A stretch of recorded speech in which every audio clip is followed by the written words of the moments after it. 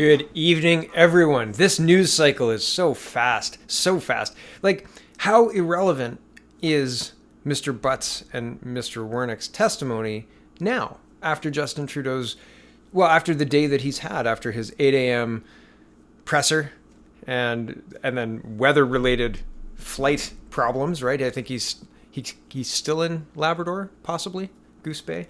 But this is an accurate representation. He said, she said, and all the news reporters are interested in what Miss Raybould is saying, because it doesn't seem like our Prime Minister is able to answer a question effectively anywhere in the House of Commons or to reporters or anything. When asked a specific question, he restates some legalese that some lawyer has told him to say. And so the pile-on today has been spectacular. I'll take you back to this morning. We're just going to listen to this little turn of phrase here that he said, and it gets thrown in his face, and I'm going to show you an MP who throws it in his face. Here we go. One of the things central to my leadership is fostering an environment where my ministers, caucus, and staff feel comfortable coming to me when they have concerns. Indeed, I expect them to do so. In Ms. Wilson-Raybould's case, she did not come to me, and I wish she had. Man, just a reasonable guy. Okay, here's another MP in Mr. Trudeau's caucus, MpCelina, and she says, quote, "I believe real leadership is about listening, learning, and compassion, ... Central to my leadership is fostering an environment where my ministers, caucus, and staff feel comfortable coming to me when they have concerns. I did come to you recently, twice. Remember your reactions?" And this has widely been reported as being thrown in his face. And yeah, that's not, the implication is that he didn't listen because she's not running again. She's a first-time MP and she will not be running for the Liberals this year. So yeah, the pile-on continues as well. The National Post says, Liberals say they're just trying to protect jobs at SNC-Lavalin. That's probably illegal. It says, quote, "In the last week, the Liberal government has been arguing strongly that their actions on SNC-Lavalin were motivated solely by the desire or by a desire to protect jobs. Quote, we are always going to stand up for good jobs, Prime Minister Justin Trudeau said at a Monday press conference in PEI. 5 times before the House of Commons Justice Committee on Wednesday, former Prime Minister advisor Gerald Butts said his actions were motivated by the threat of job losses. Quote, when 9,000 people's jobs are at stake, it is a public policy problem of the highest order, Butts said. But this point, more than any other, may be bolstering the case that Justin Trudeau and his staff strayed outside of the law in pressuring former Attorney General Jody Wilson-Raybould to defer charges against SNC-Lavalin. Under Section 715.32(3) of the Criminal Code, prosecutors are forbidden to consider the, quote, national economic interest in deciding whether to grant certain deferred prosecution agreements, including the one that was being sought for SNC-Lavalin. According to Jody Wilson-Raybould's sworn testimony last week, she was explicitly told to seek a DPA for SNC-Lavalin because of the potential, quote, jobs lost. Quote, the Prime Minister asked me to help out find a solution for SNC, citing that if there is no DPA, there would be many jobs lost and that SNC would move from Montreal, Wilson-Raybould said. The, quote, national economic interests measure is quite new to the Criminal Code and was introduced by Trudeau's own government. The specific text comes from the OECD Anti-Bribery Convention, which has been signed and ratified by Canada, and for which compliance is monitored by the OECD. And I've got a link to the OECD just in case you want to see what it is, but it's the Better Policies for Better Lives, right? Here, we'll go to the main page here. Anyway, as a result, any contravention of Section 715.32(3) may not just constitute a breach of criminal code provision, but of Canadian participation in an international agreement that is specifically designed to quash judicial favoritism of a country's own corporations. Quote, it does seem remarkably tone-deaf on the part of the government if they really were harping on Wilson-Raybould to this extent, knowing full well what the law says Jennifer Quaid, an expert on corporate criminal liability at the University of Ottawa. I scroll down. But a case could be made that Trudeau might have strayed into unlawful territory by telling Wilson-Raybould to effectively act outside the criminal code guidelines.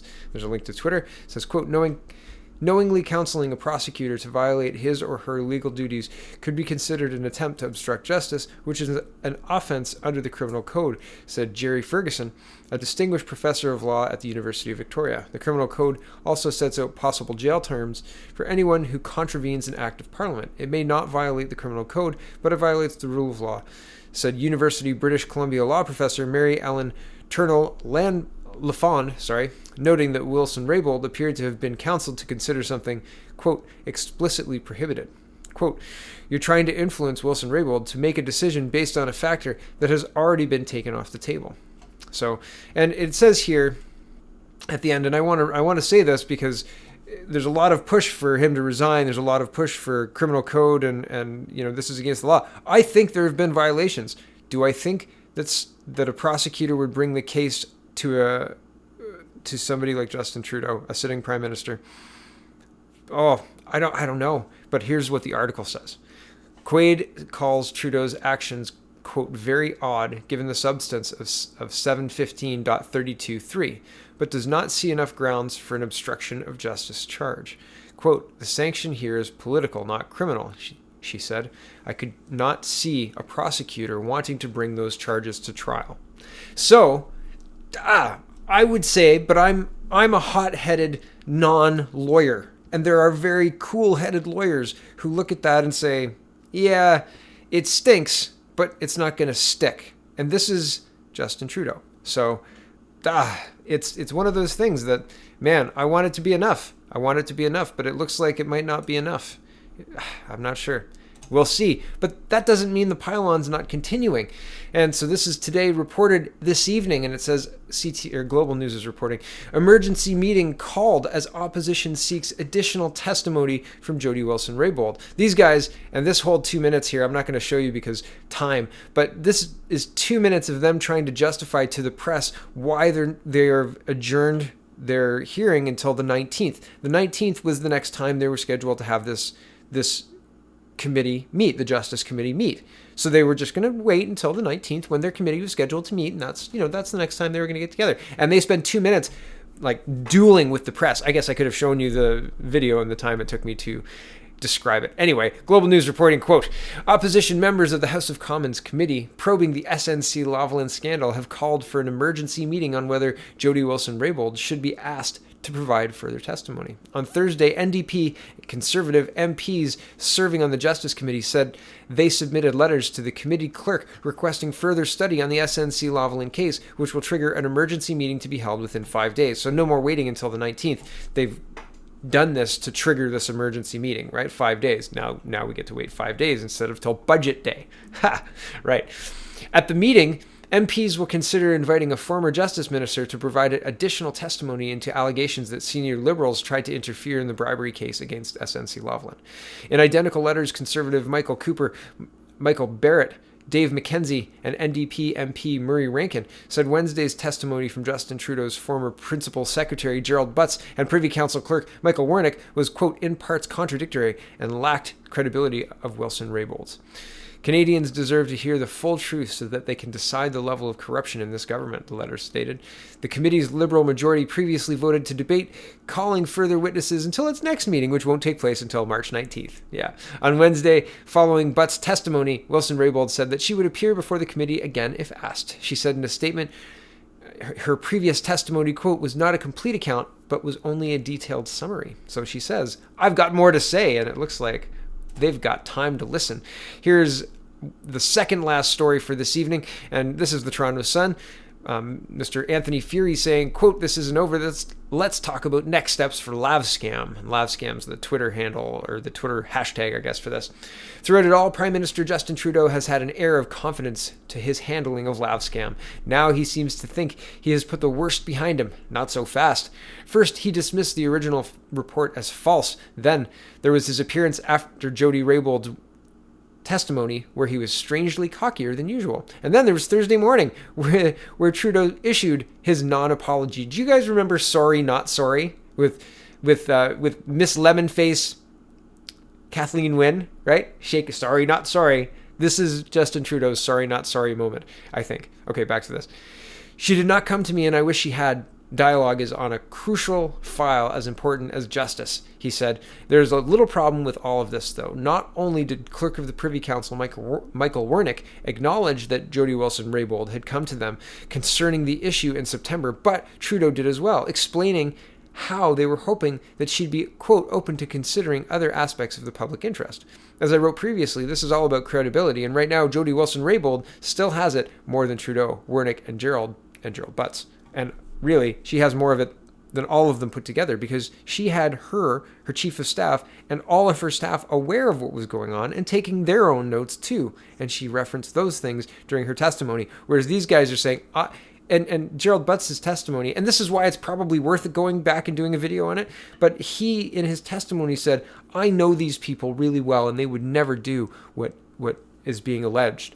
And that's all well and good, except that you don't really know anybody. Right? Like, you can have the best of intentions even for yourself. I'm going to lose 10 pounds this year.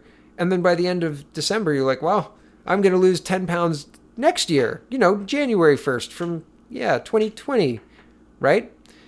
You, despite your best intentions, despite the thing that you want to do, sometimes it doesn't work out because you yourself don't do what you expect or even what you intend. And so saying that my friend there that I know very well, he would never do that.